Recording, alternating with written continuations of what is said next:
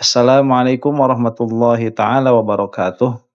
Alhamdulillahirabbil alamin wa sallallahu ala sayyidina Muhammadin wa ala alihi wa sahbihi wasallam amma ba'du. Di Facebook ada berita ini dari PWILS Kabupaten Sukabumi ya. Ini tulisannya nanti saya bacakan ya. Cuman di bawahnya itu ada gambar nih Kang Deddy Mulyadi. Silakan kalau mau diviralkan. Saya yang melarang habaib tidak boleh khutbah Jumat di masjid karena khutbahnya nggak mutu. Ini sekali lagi ya, kalau ada caption-caption kayak gini tuh jangan langsung percaya juga. Nah, cuman ini apa benar atau tidak ya? Saya cari beritanya itu nggak ada selain di sini, beritanya tidak ada. Cuman ini jelas dari PWILS Kabupaten Sukabumi, akunnya itu. Nah, terus kalau ini nggak jelas, apa yang mau dibahas?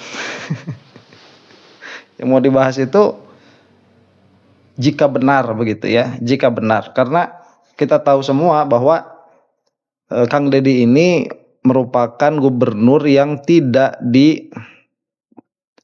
sama habaib ya. Memang dipikir-pikir bener juga ya, pemimpin itu kalau didukung sama habaib kalah. Kalah terus tuh.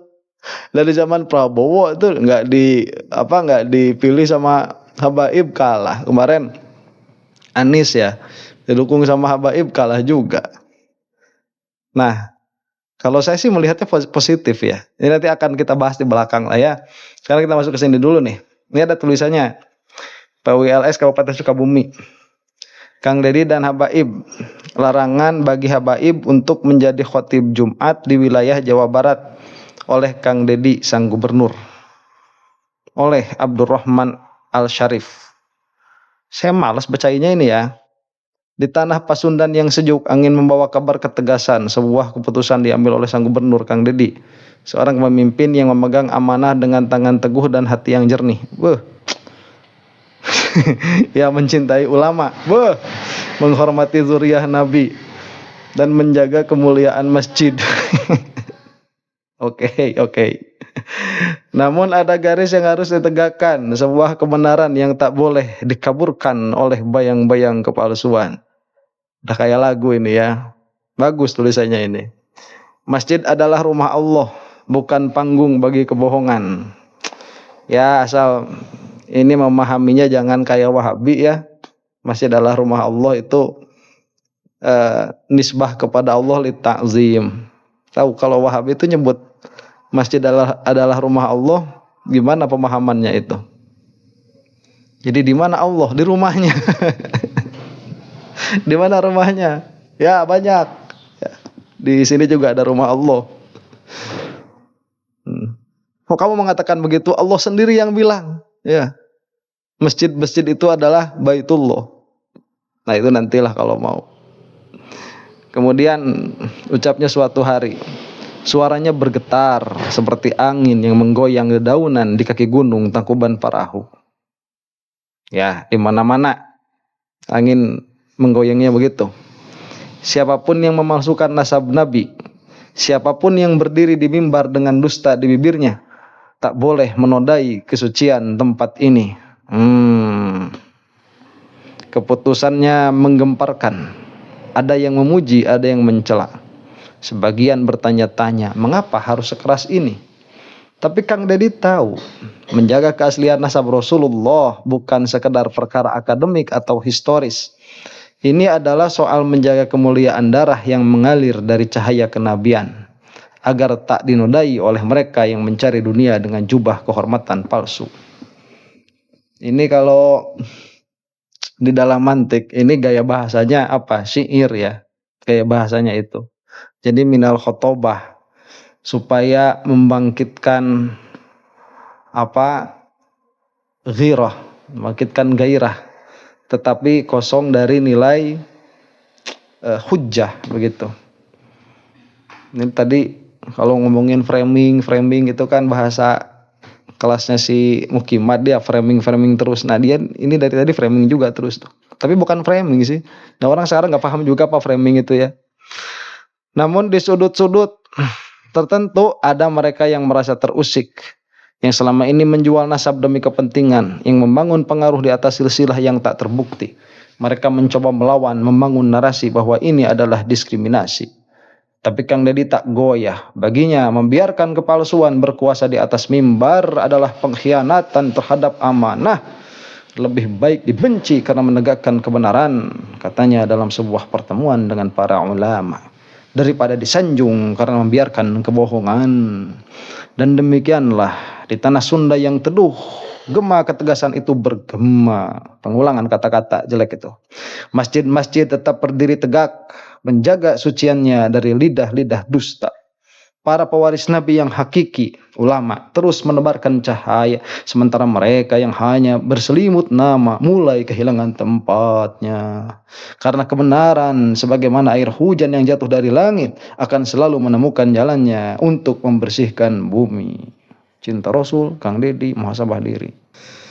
Demikian ya itu pembacaannya. Sekarang begini, saya tidak menemukan info valid bahwa ini adalah betul dikatakan oleh Kang Deddy Mulyadi. Jadi kalau ini tidak betul, kita bahas dulu kalau tidak betul ya. Jika ini tidak benar, maka ini adalah upaya menebarkan kegaduhan dari PWI-LS Kabupaten Sukabumi, atau minimal dari akun ini ya. Saya nggak tahu juga, susah sekarang itu menghukumi akhir zaman itu. Ini orangnya di belakangnya siapa juga kita nggak tahu. Cuman dari akun PWI-LS Kabupaten Sukabumi ini ada upaya untuk membuat kegaduhan. Nah, itu jika tidak benar. Kalau benar bagaimana? Ini kalau benar nih, ya emang Kang Deddy itu kan sekarang lagi lagi rajin-rajinnya tuh ya. Kemarin sampai masuk ke Selokan, kemudian di Bogor itu sampai ada wisata yang diacak dan lain sebagainya. Saya tidak mau masuk ke dalam ranah itu dulu. Kita selesaikan dulu di sini bahwa memang kalau memang ada larangan seperti itu dari Kang Deddy Mulyadi, ini adalah abuse of power. Ini sudah keluar dari ranah begitu. Makanya saya yakin ini tidak akan terjadi lah ya. Kalau tidak, ini disuruh testing the water dulu. Saya juga nggak tahu mereka tuh main-mainnya kayak gimana ya. Mencoba testing the water nih. Coba cek yang kayak gini, sebarin dulu bagaimana responnya begitu. Saya juga nggak tahu. Yang mungkin nanti ada ya, wong kita itu pejabat udah kalaupun tidak abuse of power begitu ya, udah keluar dari udah keluar dari paknya, udah keluar dari fungsinya begitu. Lah gubernur itu kok turun ke sungai itu ngapain begitu? Kan udah itu kalau secara fungsi ya, kalau mau boleh ya boleh saja, gak ada masalah. Cuman kan kita juga pernah punya presiden gorong-gorong itu ya. Jadi Masya Allah, dulu kalau misalkan ngelihat itu ya, bisalah kita refleksi ke situ. Cuman nantilah, saya nggak mau ngobrolin itu dulu. Kita balik dulu lagi ke sini nih. Bingungnya kebanyakan ide buat ngomong ini. Jadi ala kulli halin, kalau kita kembali ke sini, kalaupun sampai misalkan ya Kang Deddy Mulyadi ini memang tidak bolehkan Mbak Alwi untuk khutbah di masjid, itu abuse of power dan tidak harus didengarkan juga gitu, nggak harus didengerin juga. Kenapa? Karena tidak ada kewenangannya sama sekali begitu. Masjid itu tidak ada urusannya sama gubernur, nggak ada urusannya sama gubernur. Mau dilarang, nah kamu siapa begitu mau melarang? Nggak ada yang bisa melarangnya. Itu kan kalau mau juga kayak kemarin saya tuh mengkritik Anies Baswedan ya, karena ngobrolin perkara politik di masjid itu, banyak yang nggak suka. Ternyata yang jadi subscriber saya tuh banyak anak abah juga. Ya ini lucu lah kalau kita nanti itu kita bahas ya insya Allah, permasalahan tentang anak abah ini. Nah jadi ala kulli halin ya, tidak memiliki Kang Deddy Mulyadi ini kewenangan sama sekali untuk melarang ba'alwi, baik itu khutbah di masjid sebagaimana yang ada di poster tadi atau khutbah di atas panggung, itu nggak ada sama sekali kewenangannya. Dan kalaupun sampai misalkan punya himbauan seperti itu tidak harus didengarkan. Jadi saya rasa ba'alwi ya aman-aman saja dari segi khutbah di mana-mana pun. Kalau misalkan masalahnya itu banyak kebodohan, saya tidak menafikan juga kalau bukan hanya ba'alwi ya, banyak orang-orang yang mengaku paham agama ternyata tidak paham agama, dan kalau dikonfrontasi memang mereka pun memang benar-benar tidak paham agama. Saya tidak menamakan itu baik dari ba'alwi atau bukan ba'alwi. Tapi apabila sudah begini caranya begitu ya, ba'alwi itu tidak boleh, kan ada yang alimnya begitu. Jadi ini kalau betul udah abuse of power, udah diskriminatif dan lain sebagainya. Makanya saya rasa ini tidak akan pernah keluar dari mulutnya Kang Deddy Mulyadi begitu. Ini PUI LS Kabupaten Sukabuminya aja yang cari-cari gara-gara. Nah, karena tadi saya katakan mau bahas tentang kenapa yang di bela habaib itu pada nggak jadi juga begitu. Yang jadi ya siapa, kayak Prabowo itu ya. Cuman didukungnya kemarin, jadinya sekarang. Ini apa Anies Baswedan juga kalau mau jadi jangan didukung sama habaib gitu ya. Dan cuman begini kalau saya ya mikirnya. Ini dari perspektif ilmu kalam ya. Kan semua ini sudah terjadi, tidak ada yang bisa dirubah. Yang qad kafani ilmu rabbi, ilmu Allah itu sudah cukup, karena semua yang diketahui Allah itu pasti terjadi. Dalam pengertian Allah itu tahu bahwa yang jadi itu Prabowo pada masa sekarang, maka itu tidak meleset dan tidak akan pernah meleset begitu. Dan Allah pun sudah tahu siapa nanti yang akan jadi. Dan pengetahuan Allah Subhanahu wa taala, ilmunya Allah Subhanahu wa taala itu yang menjadi murajjih pada tafakur kita begitu bagi iradahnya Allah Subhanahu wa taala. Cuman pada ta'akul kita saja, pada proses kita berpikir saja, bukan pada kenyataannya. Karena pada kenyataannya itu semua sifat Allah qidam. Jadi supaya cepatnya begini, saya itu melihat justru ya orang-orang yang mengikuti para habaib lah katakan begitu, di dalam memilih itu nanti di akhirat hisabnya ringan karena nggak bakal diminta pertanggungjawaban. Ya coba lihat yang mendukung Jokowi ya, yang kemarin nyoblos Jokowi, dikiranya itu nggak bakalan ikut nggak bakalan ikut bertanggung jawab begitu. Wa may ya'mal mithqala dzarratin khairan yarah wa may ya'mal mithqala dzarratin syarran yarah. Itu syarran mithqal, meskipun dia sebesar mithqal. Karena itu kalau misalkan kemarin itu milih Jokowi ya, yang 2 periode kemarin itu orang benar-benar nggak pakai otaknya itu, yang milih itu benar-benar nggak pakai otaknya, bener itu, ya. Masa orang pencitraan nggak kelihatan sih? Jadi benar-benar nggak pakai otaknya itu. Jadi ijtihadnya tuh nggak bener. Makanya pas jadi kan udah 2 tahun kayak gini begitu, rusak Indonesia ini, rusak, udah rusak. Gara-garanya apa? Ya itu, ya dukung tuh siapa?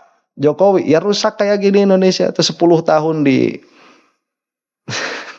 pimpin sama tukang mebel begitu. Ya, nah yang didukung sama habaib siapa ya? Pak Prabowo itu kan kemarin itu.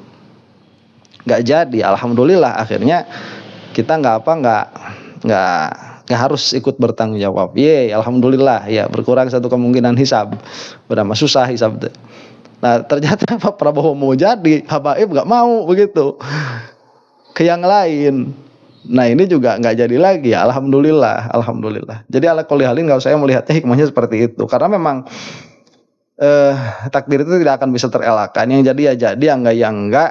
Nah dan manusia pun ya begitu. Nanti di akhirat yaumil qiyamah akan ada yang namanya hisab. Nah hisab ini mungkin sekarang juga udah kerasa ya buat orang-orang yang dulu pernah dekat sama Pak Mulyono, itu sekarang udah mulai kerasa tuh ada hisab. Kalau buat yang milihnya nanti yaumil qiyamah ya. Sekian sajalah, wallahu a'lam bishawab. Assalamualaikum warahmatullahi taala wabarakatuh.